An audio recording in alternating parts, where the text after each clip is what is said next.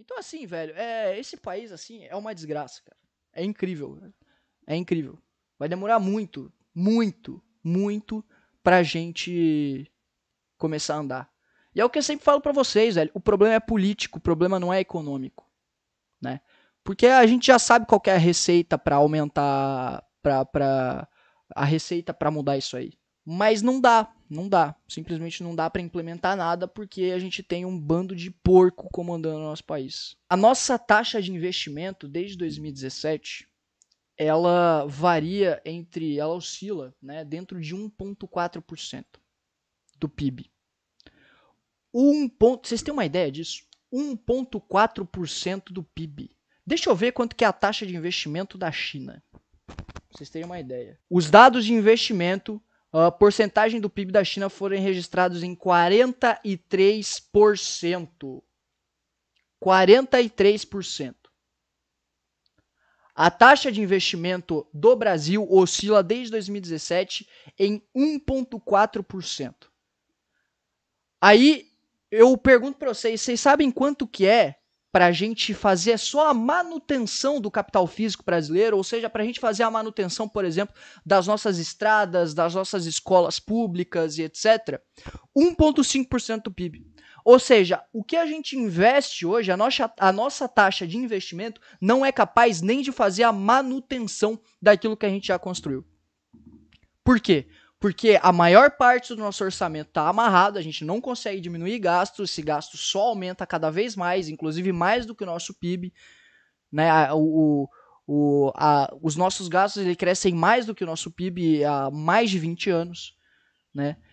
Então, assim, cara, a gente tá fudido. É simplesmente isso, a gente tá fudido. Né? A gente tá fudido.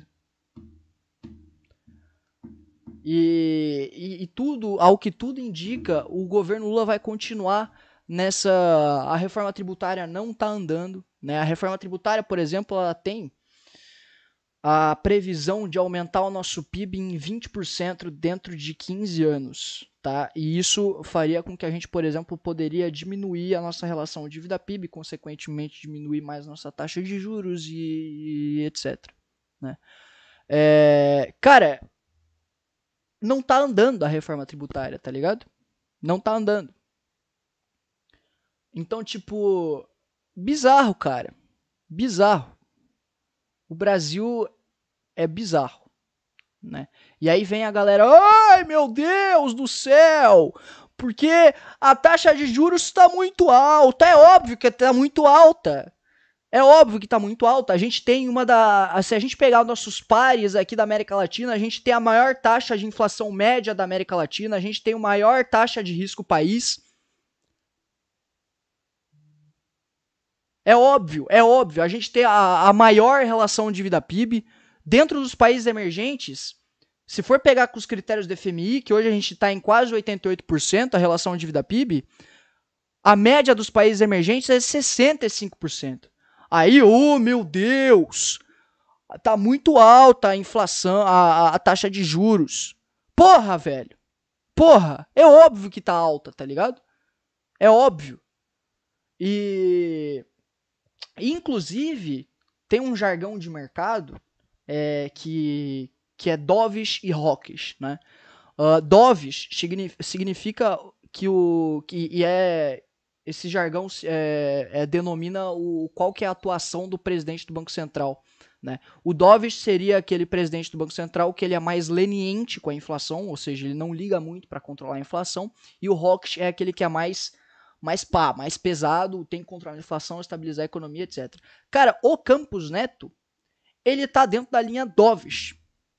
Porque se tu for ver a meta implícita da inflação, em todo o mandato do Campos Neto até agora, em mais de 70%, ele estava na banda inferior. Para quem não entendeu o que eu disse agora, ele basicamente é leniente com inflação, mais do que, por exemplo, o Henrique Meirelles no governo Lula, que foi ele mesmo que indicou, tá? Ele mesmo que indicou. Então, assim, foi o que o próprio Roberto Campos Neto disse. Se fosse para segurar mesmo a inflação, a taxa de juros tinha que estar em 26%. Então, assim, velho, esse país, assim, é uma desgraça, cara. É incrível. É incrível.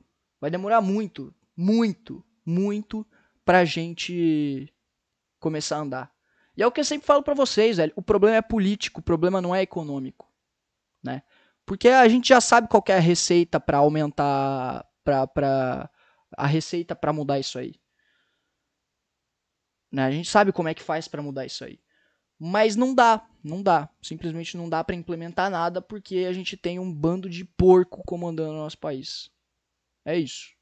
Vamos terminar esse vídeo de bosta aqui. Ia ser impopular se fizesse. Então, o que tá acontecendo agora é simplesmente o governo colocar e chegar e falar assim: chega de farra. Isso tá quebrando empresa no Brasil, tá quebrando comerciante brasileiro. O produto final fica mais barato pro consumidor? Sim, fica. Mas a que custo? A gente não pode defender sonegação fiscal, galera. A gente vai defender isso agora, publicamente? Vamos proteger as empresas chinesas explorando o mercado brasileiro sem pagar R$1 de imposto? Porque eles não fazem isso em nenhum outro lugar do mundo. Tem que pagar imposto. Caso contrário. Sabe o que acontece, velho? As empresas que pediram pro governo Lula tirar essa faixa de isenção, que são, por exemplo, o Magazine Luiza e aquela merda do Luciano Hang, que antes tava com o Bolsonaro e agora tá lá lambendo a bola do Lula. Eu não sei se vocês sabem, mas o Luciano Hang, em 2014, financiou toda a campanha de uma deputada, a candidata a deputada do PT em 2014, tá? O Luciano Hang tava afiliado ao MDB durante 30 anos. Esse cara nunca foi patriota, bolsonarista, nunca, nunca, nunca. É puro suco do oportunismo.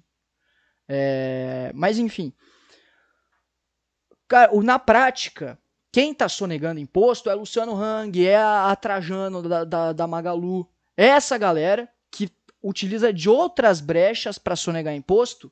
E na prática, quem você vai ferrar com isso é os consumidores que estão pobres, de classe média, classe C, D e E, né, os classe média e os mais pobres, e os pequenos produtores. É com eles que vocês vão foder. Com eles, tá? Com eles. Vamos terminar As aqui, consequências são muito mais graves para o ecossistema econômico brasileiro, que as coisas estão caras no Brasil, não há a menor dúvida. Aí é outro debate. E a gente realmente tem que ter esse debate. É bem provável que mesmo com 60% de aumento lá, ainda fique mais barato nesses sites chineses. Mas vai ter os 60% porque tem que pagar imposto. E galera, que fique claro, tá? Que fique claro. Com essa isenção de imposto de importação, em até $50, os governos estaduais podem ficar motivados a botar também ICMS, tá? Porque agora eles vão poder, né? Então, vamos fazer uma continha básica aqui, tá? Você tá lá, né? Uma mina lá, quer ir numa baladinha, pá. Aí você quer comprar a sua blusinha, tá ligado? Quer comprar a sua blusinha, R$100 a blusinha. Blusinha cara, tá? Já é cara. Aí agora vai vir mais. E aí, beleza. Agora você vai ter um imposto de importação que é 60%, certo? 60%. Então, beleza. Mais 60%, que no caso é o mesmo que mais R$60, né? Porque 160. Já começou aí, né? 60% mais caro pelo imposto de importação. Se os governos estaduais ficam, e provavelmente vão fazer isso, tá? Porque todo secretário de fazenda estadual tem, o único objetivo deles é conseguir aumentar a arrecadação e botar imposto em tudo que eles conseguirem, tá? Muito provavelmente eles vão começar a botar ICMS em cima disso também. Eu não sei se vocês sabem, mas o ICMS ele é calculado por dentro. O que significa isso? Significa que a base de cálculo do ICMS é o próprio ICMS. Então, como é que você faz? Você vai pegar esse 160 aqui, e aí você vai dividir por 0,82, né? Porque 0,80, geralmente o ICMS é 18%. Aqui em Santa Catarina, se não me engano, é 17,5%, tá?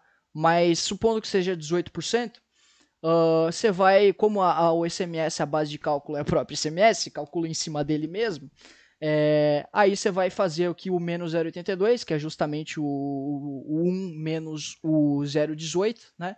E aí vai dar R$195.